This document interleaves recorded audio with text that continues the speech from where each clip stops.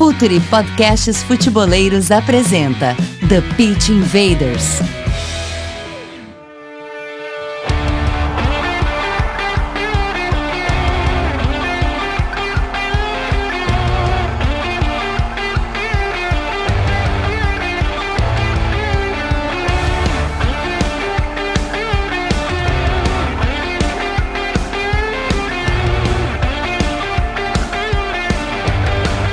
Olá futeboleiros, olá futeboleiras, The Pitch Invaders, o podcast do Projeto Future, episódio 92, estamos chegando quase no 100. Meu nome é Vinícius Fernandes e eu sou o host nessa invasão futeboleira pelo SoundCloud, pelo iTunes e pelo www.future.com.br.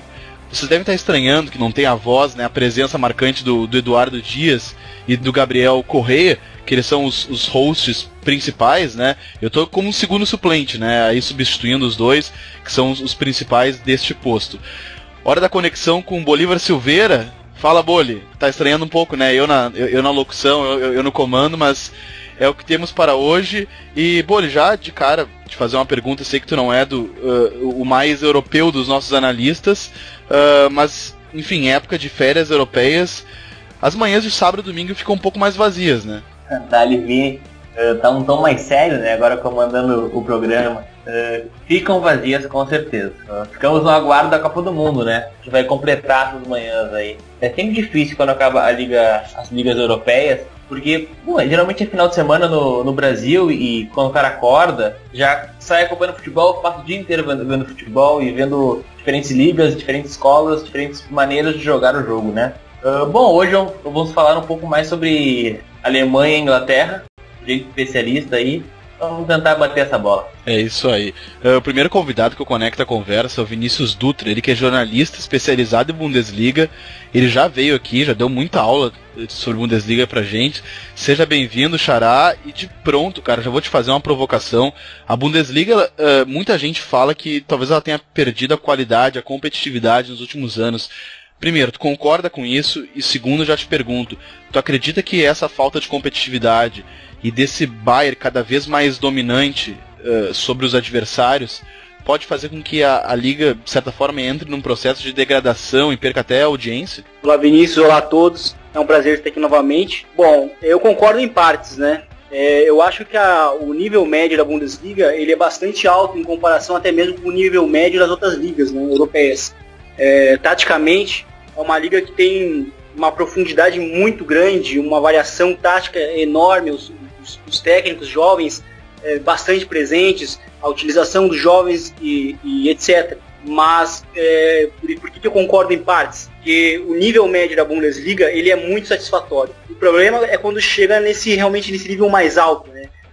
Onde basicamente quem está presente realmente é o Bayern de Munique, porque ele é o clube alemão que se dispõe a gastar mais, né? Em geral, os clubes alemães eles não buscam investir muito, né? Eles buscam realmente priorizar mais a formação de categoria de base, dar chance realmente a esses novos técnicos, né? O Vinícius até, inclusive, remetendo bastante ao tema daquele episódio que participamos, onde a Bundesliga conta com muitos técnicos jovens, né? E por conta disso, isso significa buscar o caminho mais longo, né? Ou seja, trabalhar mais o jogador, e isso custa muito, né? E então os times médios da Bundesliga não contam com jogadores já prontos, né? Ele realmente está em formação ou em ascensão, né? Então eu acho que isso acaba custando na hora de disputar contra o Bayern de Munique, de tentar competir com o Bayern de Munique. Eu acho que essa temporada ela serve como um exemplo disso. É verdade que o Bayern só passou a dominar nessa temporada a partir da chegada do Jupp Heynckes, né, quando ele estabeleceu ali novamente as bases táticas da equipe que foi campeã em 2013, mas o que eu digo é o seguinte, né, para competir com o Bayern de Munique realmente precisa de um nível a mais, precisa de um jogador pronto realmente para uma partida decisiva, jogando lá na Baviera, jogando lá na Allianz Arena, né, e como em geral os times alemães contam com muitos jogadores ainda jovens, ainda não preparados para esse nível, isso acaba custando nos momentos cruciais. Por conta disso, o Bayern acaba sobrando na Liga. Uma boa pincelada inicial. Meu xará Vinícius Dutra. Chama agora um estreante no podcast. Seja bem-vindo, Matheus Capanema. Ele que é integrante do Premier League Brasil, um dos melhores informativos de Premier League em língua portuguesa. Quem acompanha, eu que sou um fã de Premier League, né, sou o cara que mais comento sobre a Liga Inglesa aqui na no nosso podcast do The Pitch Invaders, em todos os canais do Future. Tenho um prazer de falar com o pessoal do Premier League Brasil, primeira vez que eles participam do nosso podcast. Matheus, de todas essas edições da Premier League, talvez essa, até não saberia te precisar, mas me parece que foi uma das que mais teve troca de comando técnico. A falta de paciência com os treinadores já é compatível com o investimento dos clubes? O que tá vendo que a dança das cadeiras foi tão intensa nessa temporada da Premier League? Primeiro, sempre um prazer, viu, Vini? Quando precisarem, a gente sempre vai estar aqui, só chamar. Pra quem não conhece, PL Brasil, né? Estamos no Facebook, Twitter, Instagram, no SoundCloud, no blog, né? Blog Premier League Brasil, SoundCloud PL Brasil, o Insta @PL Brasil, Twitter premierl.g Brasil e no Face @PL Brasil. Só pra galera que não conhece, quiser visitar. Seguinte, a partir do momento que a temporada, na pré-temporada você faz um investimento muito pesado, você quer pelo menos uma certeza, né, Vini, de que o seu time pelo menos vai ficar na liga ou vai pelo menos apresentar um bom futebol. E nessa Premier League, principalmente, a maioria dos investimentos, né, principalmente aqueles times que já tinham algum tempo de Premier League, né, aqueles times, vamos botar assim, do segundo escalão, tira o G6 ali, né, os G6 dos grandes, investiram bastante, mas alguns deles, né, muitas vezes não conseguiram o resultado ideal. E a prova disso é o Stoke City aí caindo, o West Bromwich também com bom investimento caindo, e todos esses times, fora Watford, Everton, Leicester, Newcastle, Crystal Palace, né, que ficaram na primeira divisão, mas que sofreram um pouco. Vários desses times tiveram troca de treinador. E eu acho que a função dessa troca de treinador foi justamente o resultado, mas não só o resultado. O mau futebol apresentado por eles até a metade do campeonato assustou um pouco, eu acho, os dirigentes, né, dos clubes, e por isso houve várias demissões, várias trocas no time. Algumas apostas, né, os portugueses Marco Silva e Pablo e o Carvalhal, foram apostas, treinadores novos, né, um estava no Swansea e fez até um bom trabalho, mas provavelmente não vai continuar para a próxima temporada. Já o Marco Silva, que fez o final da temporada passada animador com o City, estava numa temporada com o Watford e também não aguentou muito tempo. Então acho que esse fator do mau futebol apresentado, né, não tinha aquele futebol bonito, aquele modelo de jogo ideal, que eu acho que demanda ainda assim tempo, foi cobrado muito cedo pelo alto investimento e pela necessidade de manter na liga. Eu acho que esse é um dos fatores principais, viu, Vini? Bom início, né, de explanação, porque muito do que tu falou acho que a gente vai conseguir abordar com um pouco mais de profundidade, mas detalhes bem interessantes. E por fim, um invader da casa, ele que é nosso colaborador, o Igor Júnior, um dos caras mais bem informados sobre o Manchester City no Twitter, um cara que analisou muito bem o time do Guardiola nessa temporada, e é justamente sobre os Citizens que eu vou fazer essa primeira pergunta. Esse time não tá com cara, Igor, de que vai dominar a Premier League pelos próximos anos, hein? Eu sei que talvez seja um pouco precipitado, principalmente porque os rivais do Manchester City vão mudar muito, vão se movimentar para ficar compatíveis a ele nessa janela, mas eu não sei, é um time jovem, Guardiola, início de projeto, esse ano foi muito dominante e eu tô com uma sensação de que pode repetir a dose na temporada que vem, não sei se te parece também. Olá, Vini, olá a todos, um prazer estar aqui novamente. E na teoria esse é o projeto do City, né? De montar um time jovem, já está tentando criar novas referências a partir do momento, algumas saindo do time agora, o Zabaleta na temporada passada e a Yaya Touré nessa temporada, e essa é a intenção. Mas eu acho que tem que ter um pouco de calma, porque tem que ver como que o time vai lidar mentalmente, porque não vai ser todo ano que vai ganhar com 19 pontos de vantagem, né? Então tem que ver, e nem ganhar 18 jogos seguidos, como aconteceu no primeiro turno. Então tem que ver como que esse time vai reagir nesses primeiros momentos de maior competitividade. Essa temporada, quando foi um pouquinho mais cobrado naquela primeira semana de abril ali, perdeu os 2 jogos para o Liverpool na Liga dos Campeões e perdeu em casa também para o Manchester United, quando podia ter ganhado o título, abriu 2-0. Então, mas é um time que o elenco vai ficar ainda mais forte. O Guardiola pretende trazer um volante e um outro atacante. Os jogadores vão amadurecer, eles vão ganhar mais espírito de conjunto também, até para superar isso que eu falei de momentos mais difíceis, estão ganhando vivência. Então é um time que vai dar trabalho por muitos anos. Então, Invaders, com esse cardápio a gente inicia, vamos pra pauta.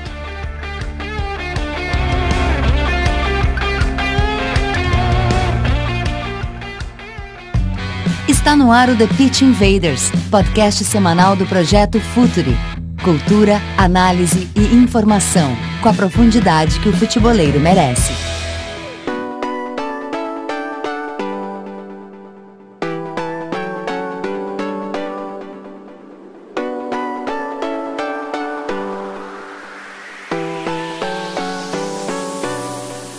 Então, gente, vamos começar a pauta.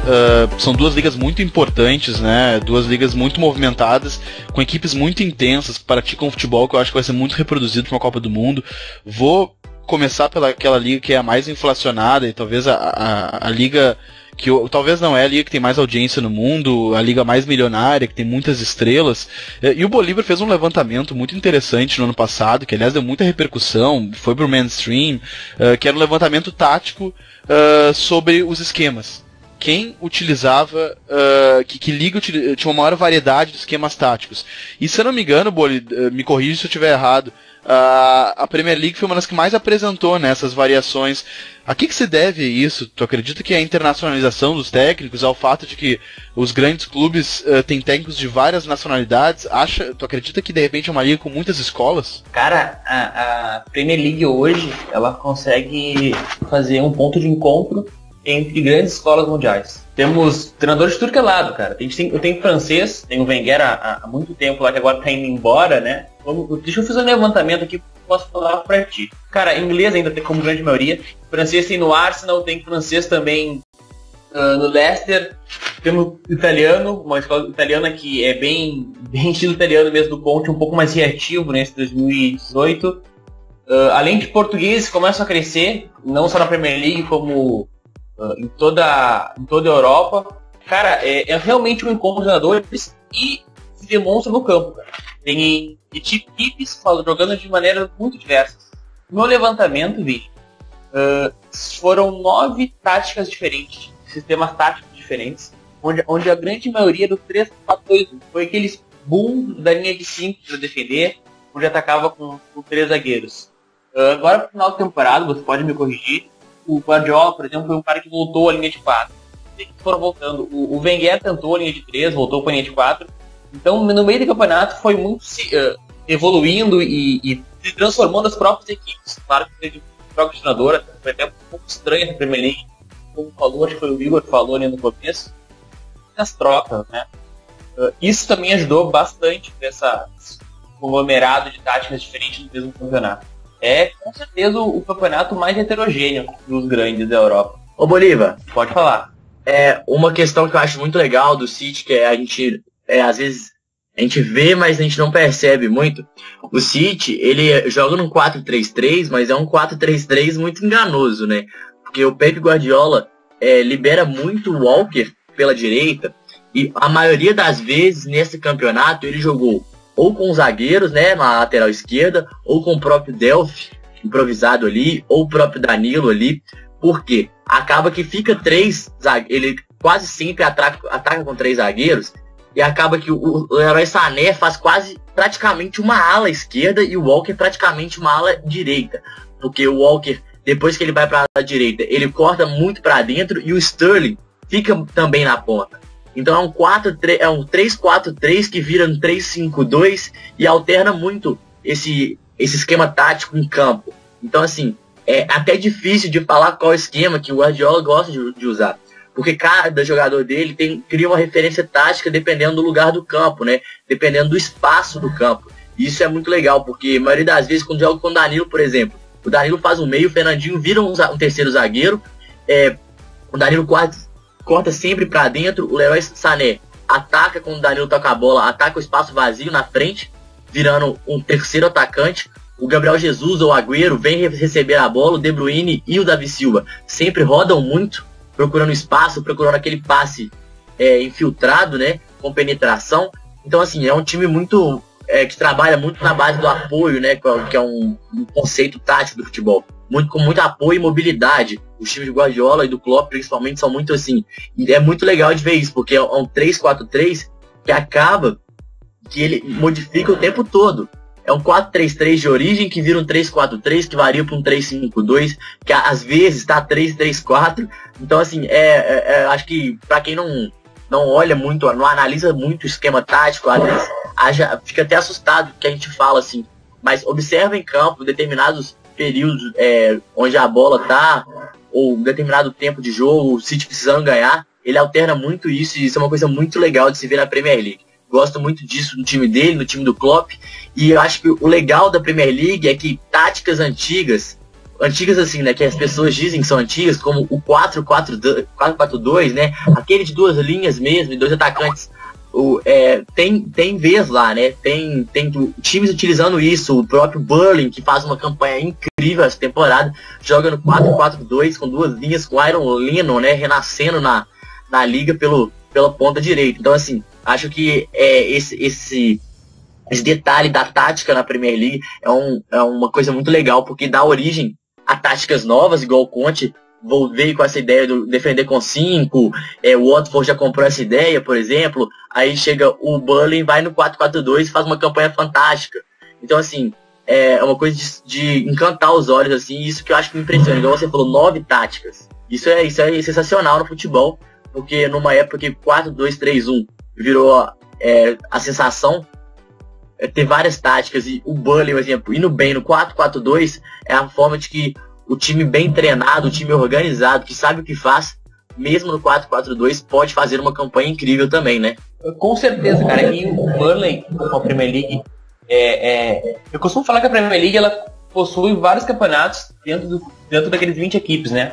Existem os tops, né? O Arsenal, o City, o United, que brigam lá por cima, e equipes de meio de tabela e de final de tabela.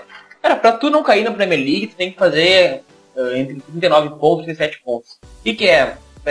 Empatar 3 jogos e vencer outros 10. Tu vai vencer contra as equipes, se for um time de meio porte, tem que vencer os duelos diretos com equipes de meio porte. E o Burnley, cara, ele sofreu, eu vou te dar o número exato, cara. Sofreu apenas 37 gols. E isso que tomou 5 agora na última partida contra o Arsenal, se eu não me engano. Tomou um sapeca legal nessa partida do Wenger dentro de casa. Mas se não, seria apenas 32 gols. Cara, o Tottenham tomou 32 gols. O Burnley se propôs desde o começo a não sofrer gols. Teve um sistema defensivo fantástico, assim, a temporada inteira. Tanto é que o garotão aquele, o zagueiro deles, o Tomakovski, Tarkovsky. Isso, o Tarkovsky vai até pra Copa, né? E também tem o Long, que é da Irlanda. E foi uma baita dupla de zaga. Foi muito bem, assim, acho que fora do hype de Otamendi, fora do hype de Vertonghen, foram os caras que mais se destacaram, e o Burnley, desde o começo do campeonato, se propôs a ser um time bem defensivo e bem reativo. Ao meu ver, assim, não sei se vocês concordam, é o time mais inglês da Premier League no momento, assim. Eu ia chegar no Burnley depois, mas já que chegamos nele, vou fazer a pergunta que estava prevista no meu roteiro já. O Burnley, ele talvez, né, vocês dois já definiram bem, acho que secaram bem o Burnley, ele é um time bem ortodoxo, um time que joga num 4-4-2 bem rígido. Até onde pode chegar esse time que vai disputar uma Liga Europa na temporada que vem, é um marco para o clube, e até onde pode ir o Sandite também? Vocês acreditam que ele de repente pode acabar indo para um outro clube? E eu até sou um pouco cético quanto a essa possibilidade, confesso a vocês, porque a gente está numa era da Premier League em que as equipes, talvez até as equipes menores de meio de tabela, estão procurando jogar um futebol mais atrativo, mais interessante. Daí a gente tem um Burnley como um time mais ortodoxo. De repente acho que o Igor pode me responder essa. Sim, eu concordo com você. Eu acho que talvez pode ser pode ser um passo errado na carreira dele, porque a partir do momento que ele for cobrado para apresentar algo do diferente que ele oferece no Burnley, pode fugir as coisas do controle dele e ele cair no mesmo que acontece no que a gente falou no começo do programa, que é o imediatismo para trocar. Então ele tem que ter muito cuidado disso, mas espero que ele fique no Burnley, porque é um projeto muito interessante. É bem legal ver como eles exploram os jogadores de velocidade que eles têm pelos lados. Apesar de ser um time de mais ligação direta, muitas vezes eles tentam acumular os jogadores no setor da bola para ativar o velocista do outro lado e aí chegar firme com os jogadores para finalizar dentro da área. Mas o curioso mesmo do Burnley é que eles, por exemplo, eles ficaram entre o dia 16 de dezembro e 24 de fevereiro, foram 11 partidas sem ganhar. E mesmo assim, em nenhum momento teve o 7º lugar ameaçado. Pelo contrário, né? Chegou a ter chances reais de brigar com o Arsenal pelo 6º lugar e garantiram essa vaga para a Liga Europa. Então é um time que tem que ainda encontrar um pouco mais de regularidade, principalmente fora de casa, conseguir se sustentar mais, ter mais poder de fogo na frente, porque não há técnico que sustente um time que não consegue fazer gols. Então o Burnley é um projeto interessante, deve ficar por muito tempo aí ainda na Premier League dando trabalho por meio desse estilo de jogo forte deles. E sobre outro projeto ambicioso e muito criticado nessa temporada, que foi do Manchester United, do José Mourinho, o Mo ouviu muito, né? Eu acho que ele ouviu muito porque tem a comparação direta com o vizinho, que produz muito ofensivamente, em contrapartida tem o United dele, que é criticado justamente por não conseguir produzir tanto. Vocês acham que essa vai ser a temporada que vai ser o fiel da balança pro Mo? Vocês acham que o Mourinho realmente vai ser mais pressionado por apresentar um bom futebol? Ou vocês inclusive discordam disso e acham que o Manchester United apresenta o que ele pode? Eu acho que o Manchester United, o Mourinho, ficou um pouco perdido essa temporada, assim, no sentido taticamente mesmo. Eu acho que ele, no início da temporada, desandou a querer comprar jogadores caros, porque surgiu a oportunidade do Lukaku, porque surgiu a oportunidade aqui, uma oportunidade ali, e acabou que ele não achou um conjunto, ele não achou uma base, igual o City ficou a temporada passada achando, né? Assim, eu acho que a temporada, o Mourinho, ele é um cara que eu penso que a gente sempre tem que respeitar. No podcast que a gente falou um dia, que foi na semana antes da decisão City e United, que o United ganhou, eu me lembro que eu fui o único do nosso podcast lá da PL que falou que o City não ia ser campeão em cima do United. Aí eles me perguntaram por que depois. Eu falei, porque o Mourinho, ele é um cara assim, que quando ele é duvidado, quando duvida muito dele, quando questionam, quando falam, nossa, será que ele é pra estar ali? Ele vai e prova. Então, assim, eu acho que a próxima temporada dele foi, assim, vários momentos da carreira dele.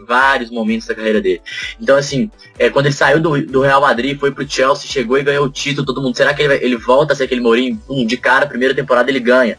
Então, assim, eu acho que ele vai precisar de um tempo, sim, porque o United tem um estilo de futebol e cultural que é diferente do que ele apresenta, né?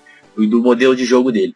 O United é um time que vai pra cima, é um time que gosta da bola, que sabe o que fazer com a bola, que ataca bem, que tem a posse de bola, e ele começou só querendo defender no estilo dele. Só que a Premier League, ela obriga muito mais que isso, porque você vai jogar contra um Burnley lá em Old Trafford. Se o Burnley for fechado e numa bola, cruzar a bola e ganhar o jogo, é o jogo que o Burnley quer. Então o Manchester United não pode só jogar assim, ele tem que fazer o time dele jogar. Só que, no meu ponto de vista, ele teve lesões também na zaga, né? O Eric Bailly estava machucado, o Lindelof não se acertou, né? Infelizmente, ainda acho que ele vai precisar de algumas peças para acertar as laterais, que ele improvisa demais. Ashley Young, Valência, eu acho que o Manchester United tem possibilidade de trazer jogadores não tão caros assim para ocupar uma vaga na lateral. O meio de campo tem um bom meio de campo, como a Tite, Herrera, só que ainda tem que acertar.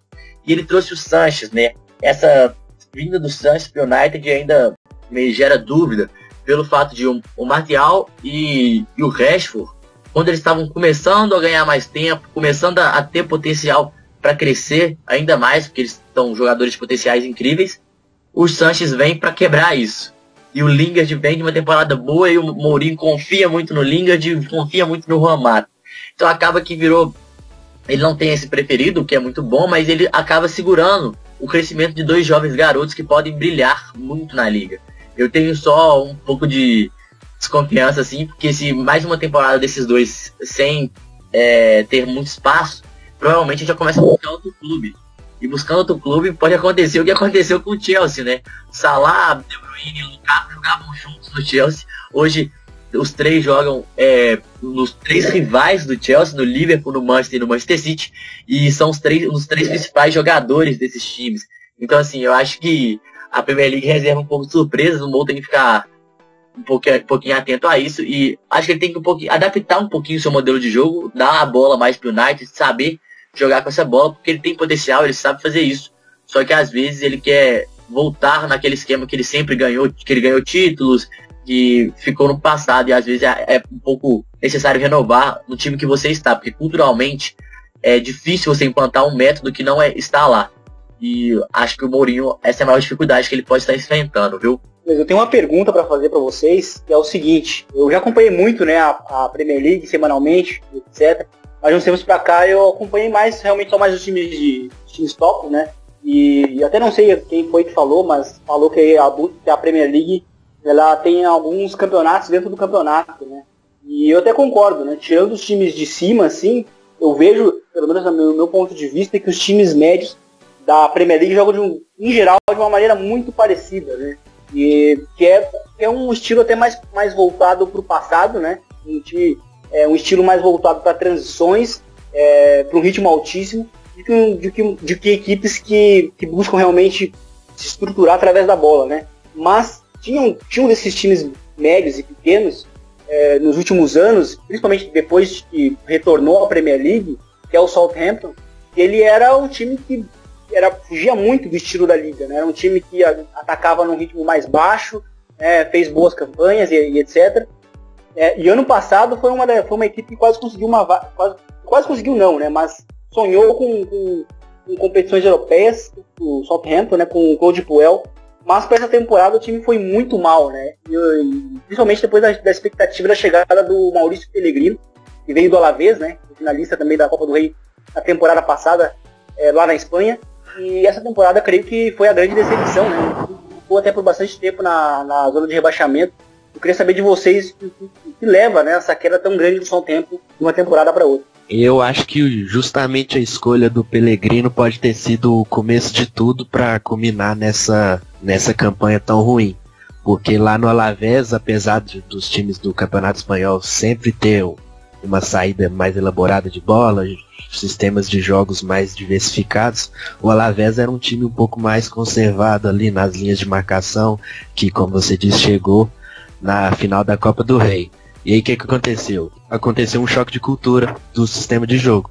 O Southampton parou de ser um time que tentava tocar bem a bola, houve diversos problemas, e é uma coisa até que eu pensava muito no início da temporada, que é se tivesse sido ao contrário, o De Boer tivesse ido pro Southampton e o Pellegrino pro Crystal Palace, se talvez esses dois times não tivessem desde o início se encaixado bem, porque o Crystal Palace no início da temporada parecia que era rebaixamento garantido, conseguiu se reerguer depois, e o Southampton foi lutando contra o rebaixamento até agora.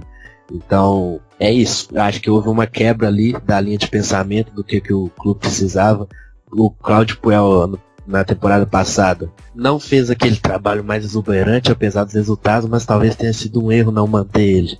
Então acabou que culminou em tudo isso, que ainda é um time muito bom individualmente falando.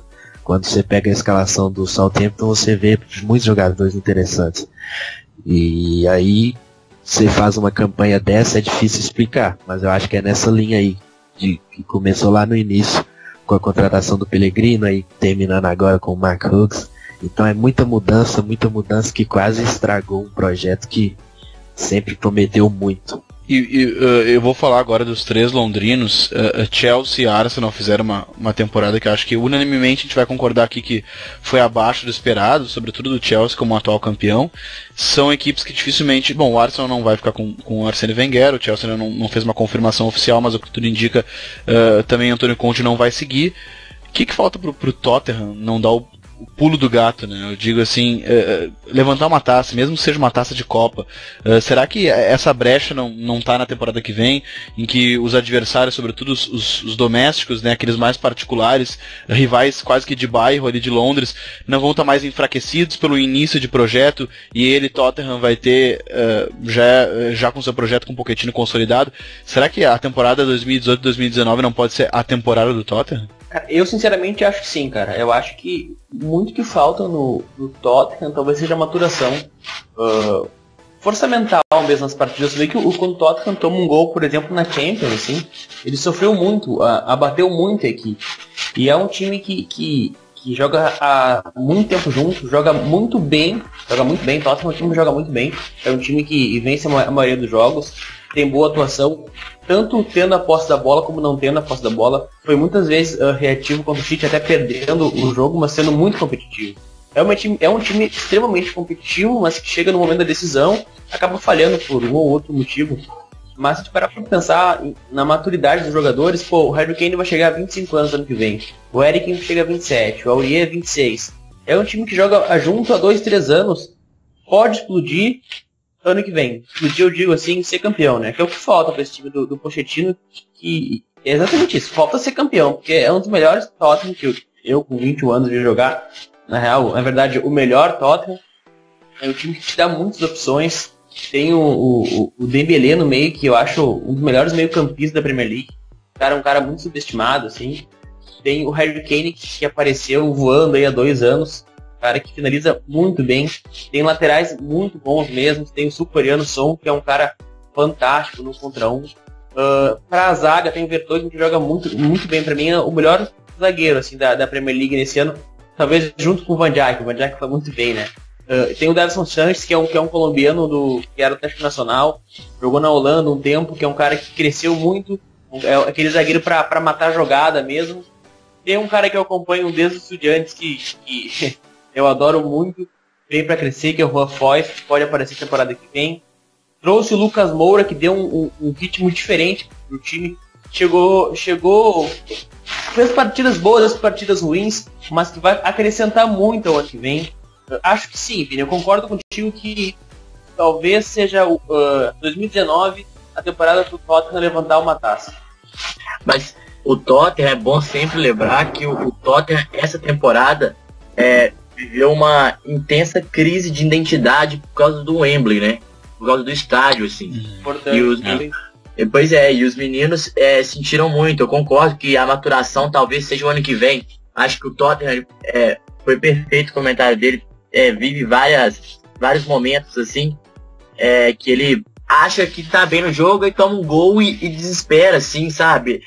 É um choque muito grande pros meninos. Eu acho que isso é nítido em campo, na Champions League é claro isso. Eu achei uma coisa assim, interessante que ele falou, mas acho que a crise do estádio, a crise da identidade que o Tottenham não teve essa temporada foi prejudicial, assim. Eu acho que jogar no Wembley é muito diferente de jogar em White Hart Lane. O estádio novo tá aí crescendo, né? Era 1 bilhão, agora vai passar para 4 bilhões de reais, né? Também vivendo um pouco do que os estádios brasileiros viveram aqui. Mas assim que o time, eu acho, ingressar no estádio novo, com a torcida acostumada, com aquela atmosfera novamente, quem sabe o Tottenham pode voltar a brilhar. Acho que é um time muito encaixadinho. Acho que falta um pouco de experiência, talvez até pro Pochettino mesmo. O Pochettino também é um treinador muito jovem, que cresceu de produção junto com o Tottenham, né? Mas eu acho que além disso, o Dele Alli, que é um dos principais jogadores do time, também é muito jovem, tem um futuro muito grande pela frente. O Eric Dyer, zagueiro também, da seleção inglesa, volante, também muito jovem. Acho que falta uma peça ou outra apenas para encaixar. Eu queria ver um lado esquerdo melhor, né? Uma ala esquerda melhor. Não gosto tanto do Ben Davies e Danny Rose, acho que teria melhores peças aí no mercado. Agora trouxe o Lucas pra ponta, acho que do ataque tá muito bem, no volante tem bons jogadores também, do lado direito tem agora o Trippier e o Aurier, e fora que a zaga ele falou muito bem, também está bem, e o Lohri no gol, um goleiro sensacional. Então assim, acho que equilibrando o lado esquerdo ali, com essa crise de identidade que vai parar de vivenciar quando o estádio estiver aí, acho que o Tottenham tem tudo para bombar, que vai ser a temporada do Tottenham. Também tô nessa expectativa, viu Vini? Ah, legal. Todo mundo acho que tá, né? O Tottenham é um time que é muito agradável de ver jogar. Eu gosto muito de ver o Tottenham jogar.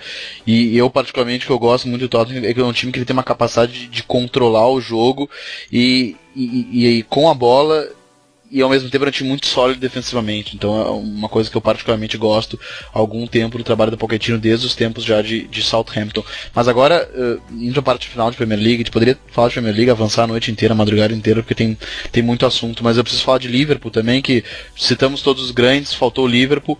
E o Liverpool, né, a exceção do Tottenham, de todos que eu falei, todos que eu mencionei, o que vive o maior jejum, né, na era moderna do campeonato inglês, né, na era Premier League, ele não conquistou um título, não foi nessa temporada de novo, e o que falta pro Liverpool do Klopp é elenco, é número de jogadores mesmo, em qualidade, porque o Liverpool tem um elenco muito enxuto, né? Isso se provou muito nesse final de temporada. Agora o Klopp emprestou muitos jogadores, emprestou o Grujic, o Ejaira e o Ryan Kent, enfim, jogadores mais jovens, e ele acabou aí nos últimos jogos, ele estava com um elenco muito escasso, o Emre Can também não podia jogar, e ele teve que improvisar alguns jogadores.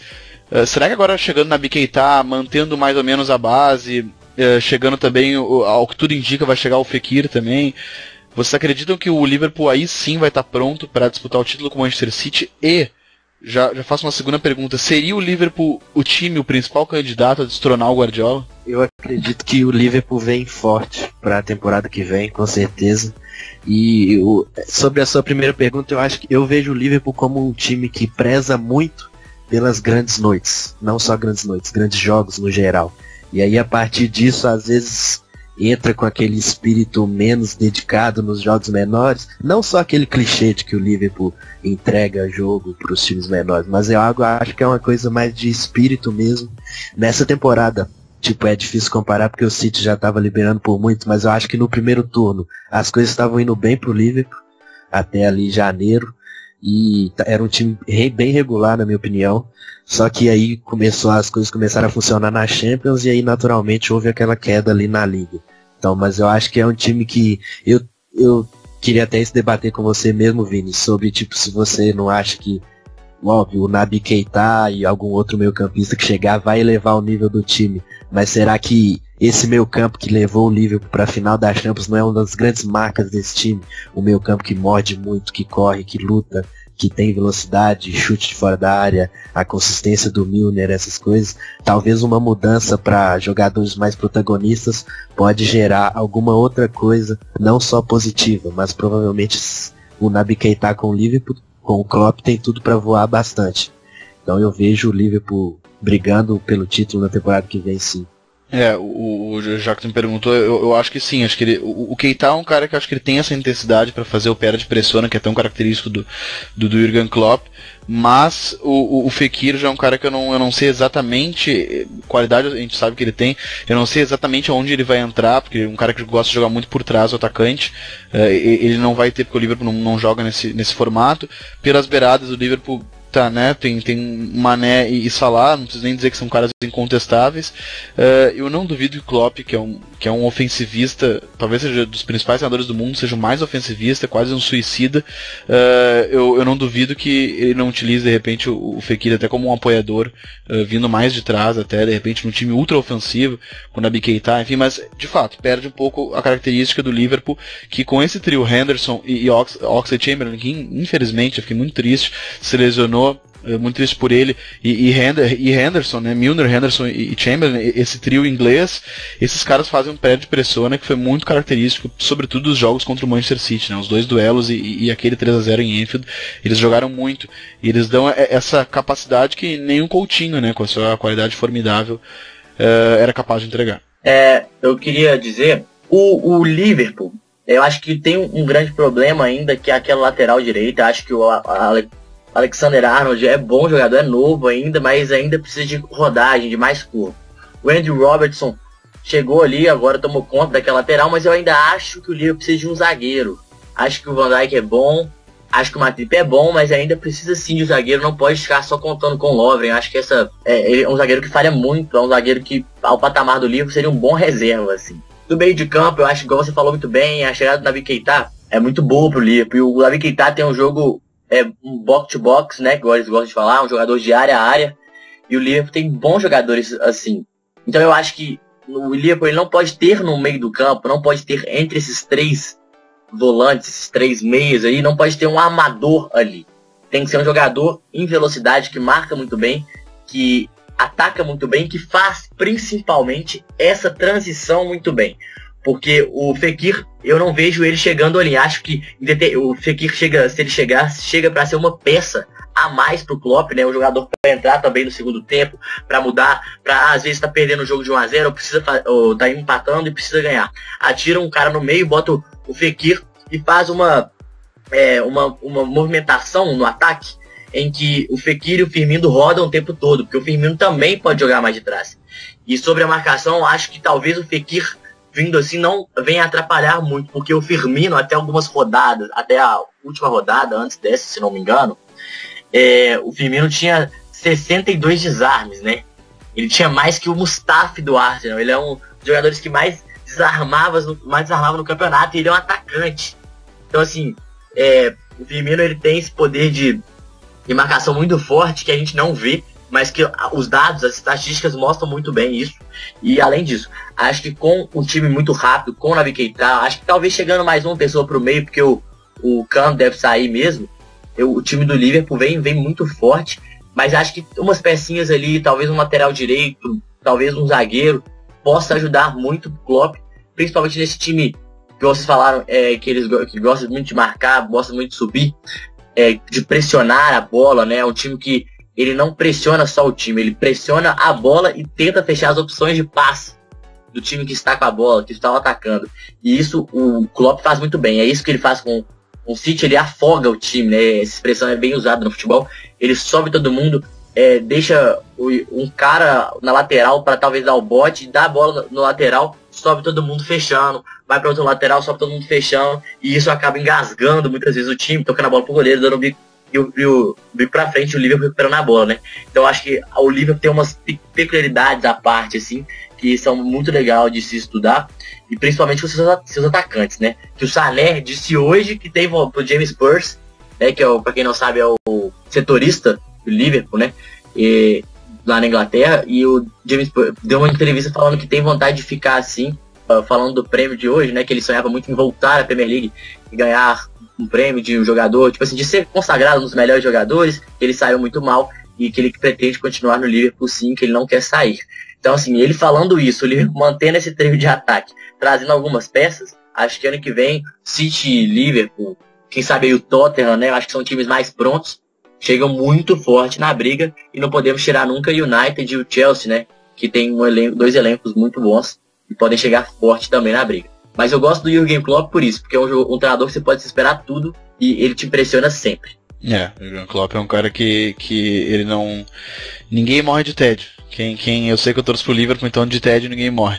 Mas saindo da Premier League, você é obrigado a sair da Premier League, porque vou ter que falar de uma outra liga que eu gosto muito também, que eu acompanho muito e acho os jogos muito interessantes, são jogos muito francos, os jogos da Bundesliga. Outra liga, é a segunda liga europeia que eu mais assisto, e eu gosto sempre de chamar gente que acompanha de perto essa liga, que é uma liga que ela saiu um pouco do mainstream nos últimos anos, bem como eu falei inicialmente, acho que talvez por essa super dominância do Bayern de Munique, e pelo fato de, como o Vinícius Dutra já explanou, né, já falou na sua explanação inicial, é uma liga cada vez mais nacional, né, e nessas ligas nacionais, desses times muito nacionais, a gente vê um time que para mim foi um dos mais interessantes esse ano, que é o Schalke 04 Domenico Tedesco.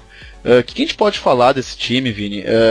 Como é que tu pode explicar o modelo de jogo desses caras? O que a gente pode esperar deles que vão estar numa Champions League na temporada que vem? Bom, Vini, o Schalke foi o grande time da temporada, né, eu acho, porque primeiro que ano passado o Schalke foi uma grande decepção, né, com o Marcus Weisel. Primeiro que o Schalke ele vem de uma reestruturação, né, como clube mesmo. Ele contratou a figura do diretor esportivo na Alemanha, ela é muito importante. Eles são umas peças muito importantes nos clubes alemães. E o Schalke, na temporada passada, contratou o Christian Heidel, que foi basicamente o cara que estruturou o Mainz 05, desde que o time subiu. Foi quem deu oportunidades para Jürgen Klopp no Mainz, para Thomas Tuchel no Mainz. Então ele revelou bons treinadores, né? Ele sempre teve essa mentalidade muito interessante para dar chance para jovens treinadores. Temporada passada ele chegou no Schalke 04, após 20 anos de Mainz, e se esperava muito dele. Ele começou também apostando num treinador jovem, que era o Marcus Weisel, que levou o Augsburg para a Europa League, né, na temporada anterior, na temporada retrasada.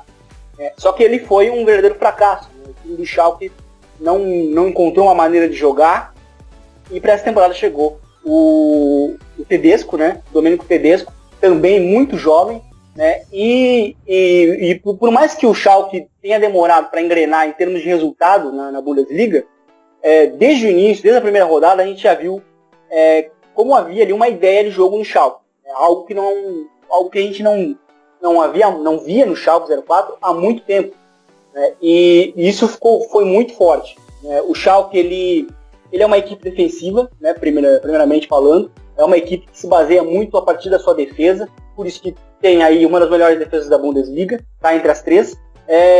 E um outro ponto muito importante no trabalho do Tedesco foi trabalhar individualmente com alguns jogadores. O Naldo, que estava mal no Schalke, se tornou um ponto importantíssimo na equipe, né? O Max Meyer, que era um jogador que estava estagnado no próprio Schalke, por mais que tenha surgido como uma grande aposta, né, como uma grande promessa, né, no futebol alemão, nos últimos anos ele estava muito estagnado. O que aconteceu com o próprio Max Meyer? Ele se tornou um regista, né, basicamente, se tornou um primeiro volante com o Tedesco. Ele que era um jogador muito ofensivo, um jogador bastante agressivo, de último passe, lembrava inclusive muito o James Rodrigues, né? O Max Meyer se tornou esse jogador mais próximo da base posicional. E aí a gente vê como que a equipe se moldou. E por ser uma equipe defensiva, o que se tornou muito, muito interessante, né, nos jogos do Schalke era ver como que o Schalke buscava neutralizar defensivamente a saída de bola dos seus adversários. Sempre havia ali um trabalho específico. Sempre. O time mudava realmente, geralmente jogava com uma linha de 5, mas tinha mudanças sutis no desenho tático, né?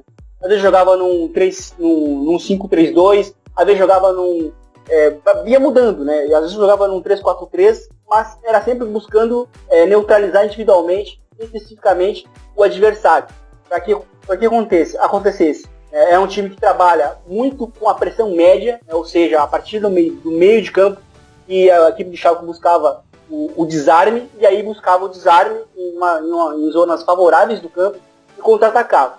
Neste ponto, o Tedesco ele conseguiu dar um protagonismo muito grande pro Leon Goretzka, principalmente pela capacidade dele de defender, né? Ele tem um porte físico absurdo, né? Uma capacidade de sacrifício muito grande, e ele também é ele se destaca muito nessas transições. Ou seja, o time desarmava e ele logo se passava presente no momento ofensivo transitando. Geralmente ativando um dos alas, né? No caso era que era o lateral esquerdo ali, o Daniel Caligiuri, né? Que também foi que jogou muito, né?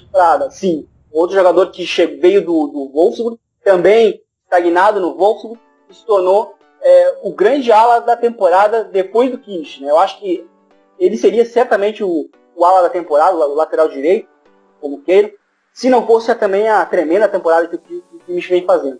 Então acho que o Schalke 04 foi esse time que sempre buscou se defender em primeiro lugar, né? E era uma equipe sempre muito organizada a partir disso. Então foi um time que a gente realmente foi muito interessante ver, mas ofensivamente não era uma equipe que tinha muitos recursos, né?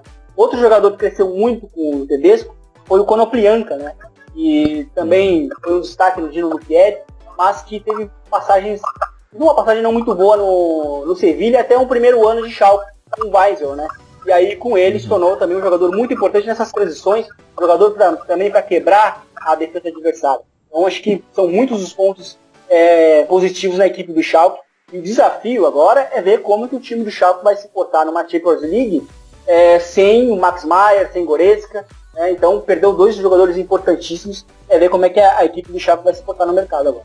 Uma das coisas que eu acho mais legais da Bundesliga é o caráter experimental da liga, que realmente as equipes experienciam muito, seja coletivamente, no lançamento de jovens jogadores. Um dos caras que para mim era mais experimental, o cara que mais personificava essa inventividade, assim, era o Thomas Tuchel, né, o ex-treinador do Borussia Dortmund. Eu particularmente fiquei triste quando ele saiu do Borussia Dortmund. O Borussia Dortmund trouxe o Peter Bosz, que para mim tinha feito um trabalho só expressivo e ainda assim chamou mais atenção talvez pelos jogos em fase final de Liga Europa do que pelo campeonato holandês, propriamente, já que eu acho que ele ficou em terceiro. Demitiu o Peter Bosz, veio o Peter Stöger, que já é um cara bem diferente, né, do Peter Bosz. Me pareceu um Dortmund bem perdido, né? Não sei qual foi a tua impressão. Gostaria que tu desse uma pincelada sobre essa temporada que, na minha opinião, foi desastrosa. Eu não gosto de usar adjetivos muito superlativos, mas me parece desastrosa. E te perguntar também para prospectar um pouco desse Dortmund, né? Quem vem e o que esperar desse Borussia? O Dortmund realmente também foi uma das grandes decepções, se não a decepção na temporada, por conta disso. O Peter Bosz, ele não me pareceu preparado para um trabalho tão expressivo, né, na Europa como no tamanho do Borussia Dortmund. Realmente, desde o início, apesar daquele início de sem sofrer gols, né, nos primeiros 5 jogos, etc., mas a gente viu que o Dortmund ele não carecia de muitas coisas. Era uma equipe que não atacava bem, né, buscava o campo contrário muito rápido. Isso significa perder a bola muito rápido, significa ficar muito exposto a contra-ataques. Então a gente viu esse time do Bosz, nesse primeiro momento, muito exposto, né, a defesa muito alta, muito próxima do meio de campo, sofrendo com as transições da Bundesliga. É uma competição que tem essa característica, a gente tem muitas transições, os ataques rápidos, e o Dortmund foi uma presa bastante fácil, né, a partir do momento que as equipes conseguiram ler o sistema defensivo do Dortmund. Chegou realmente o Peter Bosz, que era um treinador que a própria direção gostava, né, ele vinha de bons anos no Colônia, mas também era um treinador defensivo. Em geral, ele era um treinador defensivo. No Colônia sempre foi um 4-4-2, defendendo no próprio campo e também muito conhecido por contra-ataques e a força na bola parada, né? Foi dessa forma que ele conseguiu também colocar o Colônia na Liga Europa na temporada passada, né? Nessa temporada o time do Colônia foi um desastre também. Mas não te pareceu meio esquizofrênica essa mudança? Tu sai de um Tuchel que é um cara também muito ofensivo, mas mais agressivo, né? E vai para um Peter Bosz, que já tem um estilo de mais valorização de posse de bola, linha alta, e vai para um outro cara muito mais ortodoxo, que Borussia é brasileiro, né? Parece que baixou um cartola brasileiro em Dortmund ali, né? Sim, existe aí sim realmente uma mudança de filosofia muito drástica. Embora o Peter Stöger tenha se mostrado também ser muito versátil, né? Mas no geral era uma equipe defensiva, as equipes dele, né? A do Colônia, especialmente, ela é um grande exemplo disso. O grande sucesso do Colônia foi se defendendo, tanto que o Colônia sempre foi uma das equipes que sempre teve ali entre as melhores defesas da Bundesliga, com ele, né? Sempre teve entre as 6, tirando essa última temporada, onde ele acabou inclusive sendo demitido, né, no início da temporada, e depois indo pro próprio Dortmund. Então eu acho que o Dortmund ele buscou ali um treinador que buscasse talvez uma estabilidade defensiva até terminar a temporada, né? Mas é uma decisão estranha sim. E para quem vai chegar é o Lucien Favre, que também tem essa mentalidade defensiva, né? O Lucien Favre ele é basicamente o responsável por colocar o Borussia Mönchengladbach na Champions League, né? Ele num ponto positivo ou num ponto que se destaca muito em termos de filosofias, o Dortmund, é a utilização dos jovens, né? Ele foi o cara que lançou o Marco Reus, ele foi o cara que trabalhou muito com o Max Kruse, né, no auge do Max Kruse no Mönchengladbach, né? Então, inclusive mais tarde se tornou um jogador de seleção alemã, inclusive. Então nesse ponto, o único ponto que ele se encaixa também com o Dortmund é nesse ponto, é a utilização de jogadores muito jovens. Fora isso, também é um treinador defensivo, né?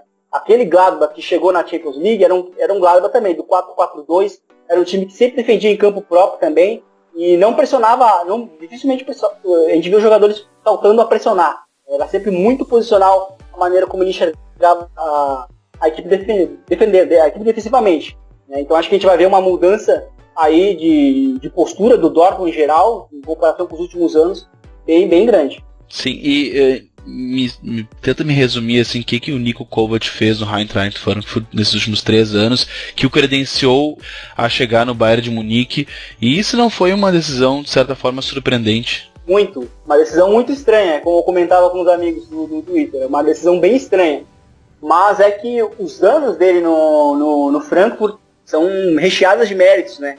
Primeiro que ele assume a equipe em 2006, e em 2016, né, a equipe do Eintracht Frankfurt, e ele consegue evitar o rebaixamento do Frankfurt na repescagem, né? E a partir dali, na temporada retrasada no caso, ele consegue levar a equipe, na temporada passada na verdade, né? Ele consegue levar a equipe na final da Copa da Alemanha, né? Por mais que a equipe na Bundesliga tenha terminado em 11º, né? Mas depois de uma Bundesliga, né, de temporada passada muito boa, tanto que o próprio Frankfurt chegou a estar em zona de Champions, né? Mas a partir daquele momento que a equipe chegou entre os 4 primeiros, o Marco Fabian é o melhor jogador do Frankfurt. Ele se lesionou, teve uma lesão no joelho, né? E aí a equipe sentiu muito a ausência dele e a equipe acabou despencando na temporada. E para essa temporada, sem o Marco Fabian, inclusive sem o Omar Mascarell, o Frankfurt esteve sempre entre as melhores defesas também da Bundesliga, jogando também de uma maneira muito defensiva, né? Marcado também por transições e também por conta disso, né? Eu acho que em comparação com o Jupp Heynckes, que é um cara muito ofensivo e recuperou as bases táticas da equipe que foi campeã da Europa em 2013, né? Uma equipe de pressão alta, uma equipe super agressiva, super vertical, né? Que tinha aquela característica de formar sociedades entre o lateral e o ponta, né? De finalizar com muita frequência.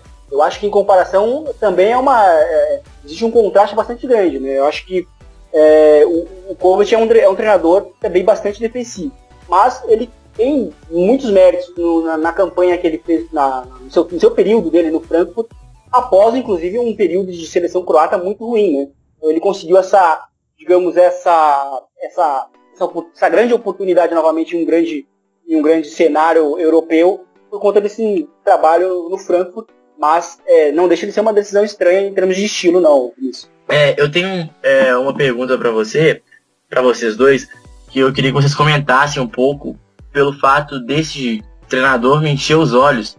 E eu queria saber como que essa relevância dele na Alemanha e como vocês veem isso, porque eu acho que talvez a gente já teria, não sei se teria peito para assumir um time ainda maior, mas o trabalho dele é muito bom. Eu sou muito fã do Julian Nagelsmann, do Hoffenheim. Um jovem, né, de 30 anos, mas eu acho que eu sou uma pessoa que compartilha muito das ideias táticas dele. Acho que ele faz com o time do Hoffenheim é impressionante, assim, o jeito que ele joga, o modelo de jogo que ele estudou e acredita que é o certo, né? Ele joga no 3-1-4-2, né? Muitas vezes ele muda bastante, ele tem apenas 30 anos. Eu queria saber como vocês veem ele no cenário da Bundesliga ali, se é mais fácil ele ir para outra liga, para um time maior de outra liga, ou se ele ir para um Bayern de Munique, um Borussia, um Schalke, não sei, na Alemanha. Como que isso funciona? Porque não sei se ele impressiona vocês assim, mas ele me enche muitos olhos. Eu acompanho muitos jogos do Hoffenheim. Eu gosto muito de ver ele treinar o time dele jogar, ver muito o time dele jogar, porque é um treinador, na minha opinião, incrível, assim, e tem um futuro brilhante. Já tá lá tem algum tempo também, né? O Nagelsmann, ele é sim o grande treinador jovem dessa geração, até porque ele é um treinador que a maneira como o Hoffenheim joga também destoa bastante do nível geral da Bundesliga, né? Um cara que também estrutura o Hoffenheim a partir da posse da bola. Quando ele assumiu a equipe também foi numa situação difícil, a equipe estava na zona de rebaixamento, e naquele momento ele buscou fazer mais o básico, né? Buscou um Hoffenheim muito mais reativo, marcado também por transições, por contra-ataques, mas na temporada passada foi um Hoffenheim que já mais baseado nas ideias dele, né? De um time que buscava dominar os adversários com a posse de bola, buscava pressionar alto para não oferecer saída limpa ao adversário. Eu acho que é um treinador que ele está realmente destinado ao Dortmund e ao Bayern de Munique muito em breve. O que se diz é que ele só não foi contratado pelo Bayern de Munique porque o Bayern de Munique ainda não está convencido de que ele ainda está preparado, né? Por mais que ele tenha o talento, ele ainda não está preparado para assumir agora o Bayern de Munique. E é torcedor declarado, né? Exatamente, ele é um torcedor, ele é bávaro, né? Ele é da região, então ele tem tudo a ver realmente com o Bayern, só que o Bayern de Munique, ele quer esperar o momento certo para poder contratá-lo.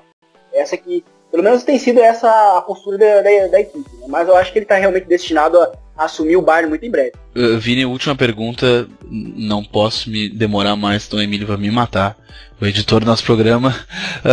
Eu te perguntar sobre o Bayer Leverkusen, que perdeu bastante gente, perdeu o Toprak, perdeu o Chicharito, o Karanoglu, e muito se pensou que o Bayer estaria ainda mais fraco, e ele faz uma temporada de certa forma surpreendente, né? Eu acho que aí vitaminado pelos jovens. Sim, é um dos grandes times da temporada, seria se não fosse o Schalke 04, né, aí na vice-liderança, o Schalke do Tedesco, porque o Heiko Herrlich, né, o treinador do Bayer Leverkusen, ele conseguiu aí com menos material humano em comparação à temporada passada, oferecer soluções, oferecer um salto absurdo em termos de táticos e coletivos na equipe do Bayer Leverkusen, né? Primeiro que ele conseguiu reunir muitos jovens, ele conseguiu reunir ali, ele conseguiu dar uma cara de jogo à equipe do Leverkusen muito rápida, tão rápida quanto a do Schalke 04. É uma equipe que também, novamente, baseada em transições, também muito mais voltada para o passado, né, do que para o futuro, né? E tem aí o Leon Bailey, que fez uma primeira parte, até boa parte do segundo turno, muito destacada na Bundesliga, né? Foi principalmente o grande jogador jovem na Bundesliga, que foi o Leon Bailey, o jamaicano, que inclusive está para ser naturalizado alemão, né? E ele acabou sendo um grande beneficiado pelo esse estilo de jogo, né, da equipe do Heiko Herrlich. Uma equipe também que sempre também esteve entre as melhores defesas da liga, né, e é uma equipe que realmente tem muitos jovens. E o curioso, né, desses méritos que o Heiko Herrlich tem é que na temporada anterior, na temporada passada, o Bayer Leverkusen ele fez muitas contratações. Foi inclusive a temporada que a equipe fez mais contratações na sua história. E ele acabou, inclusive, muito próximo, em termos de pontos, próximo do rebaixamento, né? Próximo ali da zona de repescagem. Então ele foi a grande decepção. Só que para essa temporada foi uma das grandes sensações. Vai para a Europa League certamente, né? Tem essa vaga assegurada e ainda sonha com a Champions League, né? Para a última rodada. Então é uma equipe que tem tudo para ser vista no futuro muito próximo. E tem aí o Leon Bailey, tem inclusive a equipe contratou agora o Mitchell Weiser, né, que é o lateral esquerdo, lateral direito, que também joga como um ponta direito, que vem do Hertha Berlin, passou pelo Bayern de Munique. Então é uma equipe que vai reunindo ali muitos jovens e é um dos grandes atrativos na Alemanha. Tá certo, gente. Essa não é uma tentativa de esgotar as duas ligas. Pelo contrário, a gente poderia ter ficado muito mais tempo falando sobre cada uma delas, inclusive dedicando um podcast sobre cada uma delas. Mas até o pessoal que estiver nos escutando e sentir falta de algum ponto, pode sugerir pra gente nas lives, né? Que a gente tem um espaço de interatividade maior, porque agora tem que encerrar, que é a hora das nossas dicas futeboleiras. The Pitch Invaders apresenta Dicas Futeboleiras.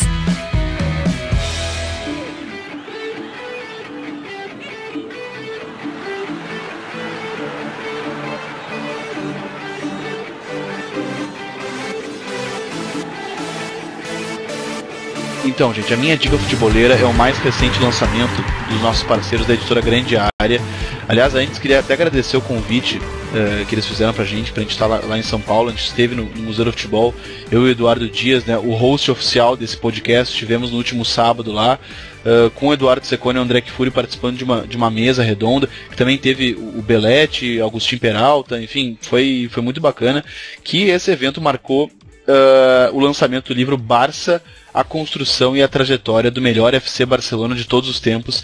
É uma publicação escrita pelo Graham Hunter, e é um livro que realmente faz um mergulho na construção daquele mítico time do Pep Guardiola, mas o sucesso da Grande Área, que eu tenho certeza que vai vender muito. Aliás, Vida Longa Grande Área, que é um dos projetos que mais fomenta essa dobradinha tão bacana de literatura e futebol, que ainda é muito escassa no Brasil. Boli, tua dica? Cara, eu vou de Ponteiro Esquerdo. Eles lançaram uma série, quem não conhece Ponteiro Esquerdo é um pessoal que era do Impedimento, um antigo blog, que fala muito sobre cultura futeboleira, assim, e fizeram uma série muito legal, cara. São 11 perfis até que começa a Copa do Mundo, perfis de jogadores ou pessoas que tiveram fatos relevantes na história das Copas. E tem um texto que eu achei fantástico, assim, que é o Mampu Lunga, ele sabe o que fez. Ele relata e fala a história do lance e da Zâmbia, a atual República Democrática do Congo, né? Democrática não tem nada. Que é um lance da Copa de 74, não sei se vocês se lembram, que é uma falta pro Brasil e um jogador da Zâmbia sai da barreira e dá um bico na bola, assim, sem juiz apitar nem nada. Ele fala um pouco sobre o lance, sobre a questão política e cultural da Zâmbia naquele momento. Acho que vale muito a pena aí pro pra cultura futebolera em geral. E esses caras aí realmente escrevem muito, vários são remanescentes são da década do Impedimento, né, saudoso Impedimento, um site que era futebol culture na veia. Vinícius Dutra, tua dica, meu querido? Bom, minha dica futebolera é sobre o efeito do Domênico Tedesco do Schalke 04. É um material, inclusive, produzido pela própria Bundesliga, né, no site oficial da Bundesliga, que mostra como é que a equipe se defende, né? Então, como eu falei até no próprio comentário, é uma equipe que busca se defender antes de... ela se organiza defensivamente. Então, acho que é um vídeo que mostra de diversas maneiras como a equipe pressiona, como a equipe se posta, e mostra bastante os conceitos do Domênico Tedesco, né, e inclusive mostra como a equipe também ataca, né, a partir dessa postura defensiva. Então, acho que é um material bem interessante para quem gostaria de ver como é que a equipe do Schalke joga. Xará, obrigado pela participação, cara. Seja sempre bem-vindo. Eu que agradeço, Vini. Igor Júnior, tua dica? Então, eu tava assistindo o bate-bola da ESPN essa semana e eles tiveram um convidado que ajudou eles a fazer um programa muito bom, que é o Agustin Peraita, que é coordenador técnico das categorias das escolinhas do Barcelona aqui no Brasil. E ele deu uma entrevista para eles de muito conteúdo e deixou também lá um livro que ele já escreveu, Quero que minha equipe jogue como o Barcelona de Guardiola. Meio ortodoxo, né, mas muito interessante. É um livro bem metodológico mesmo, sobre o modelo de jogo, o acompanhamento diário, assim, de como que o Guardiola trabalhou aquela equipe na sua segunda temporada no Barça, que tem muitas discussões metodológicas, base teórica, modelo de jogo, periodização, como lidar na hora de passar para os jogadores a parte de tomada de decisão, essas coisas. Então tem um PDF com algumas páginas do livro de demonstração e tem também o link da Amazon aí, se alguém se interessar por ler. Boa, Igor. E até o Agustin, que o Igor mencionou, o cara que estava, como eu falei anteriormente, é o cara que está na primeira mesa de debate junto com o Belletti, falando sobre esse livro, e realmente é um cara de muito conteúdo. Obrigado, Igor. Seja sempre bem-vindo. Tamo junto, sempre que precisar. Valeu. Matheus Capanema, sua dica. Eu vou dar algumas dicas rapidinhos, assim. Primeiramente, quem gosta muito de Premier League, acompanhe lá o PL Brasil, que tem vários textos sobre diversos temas, diversos assuntos da PL de vários anos. Então isso é uma coisa muito legal. Se você tem um pouco de interesse em conhecer mais futebol inglês, acho que a nossa página pode ajudar muito isso. Agora o livro, você falou da grande área e não foi nem ensaiado isso não, viu, gente? Eu queria indicar o livro Mourinho Rockstar, as diversas fases do técnico mais polêmico do mundo.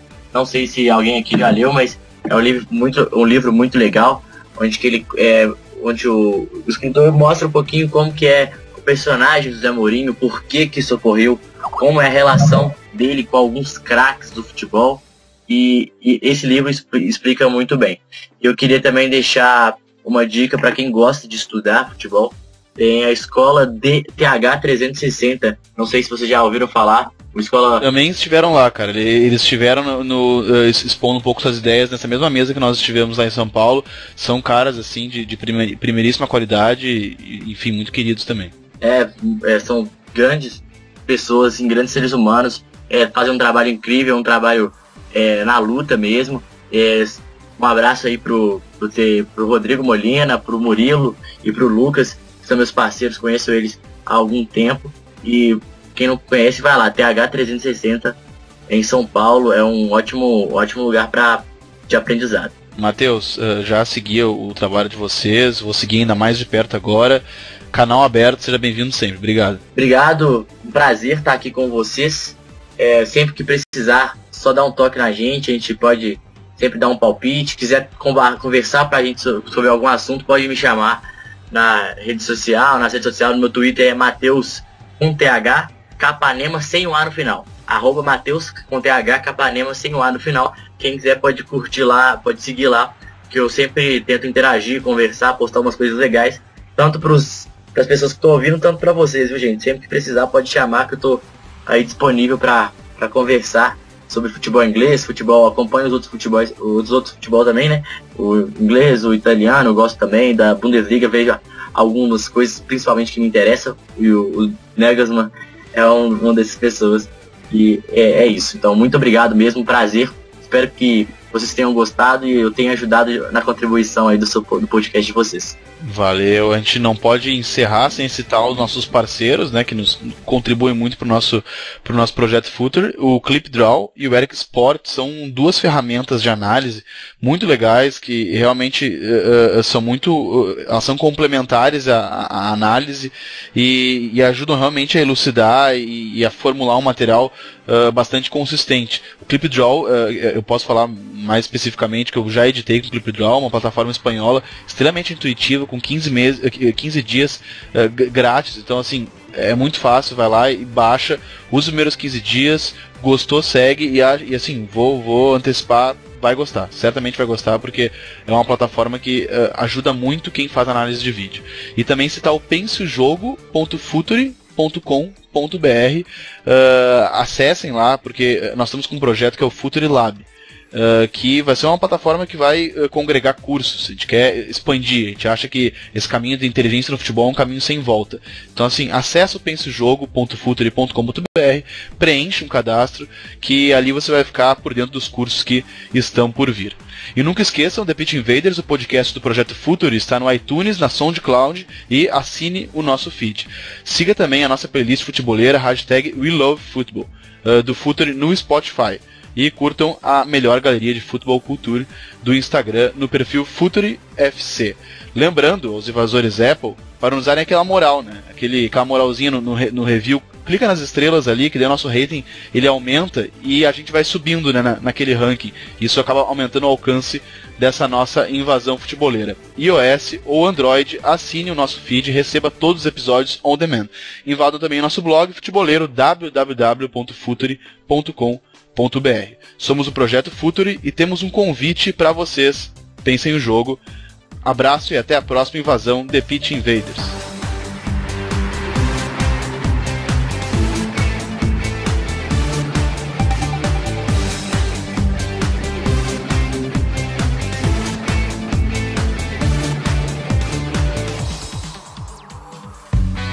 Projeto Futuri apresentou The Pitch Invaders. Acesse www.futuri.com.br. Pense o jogo.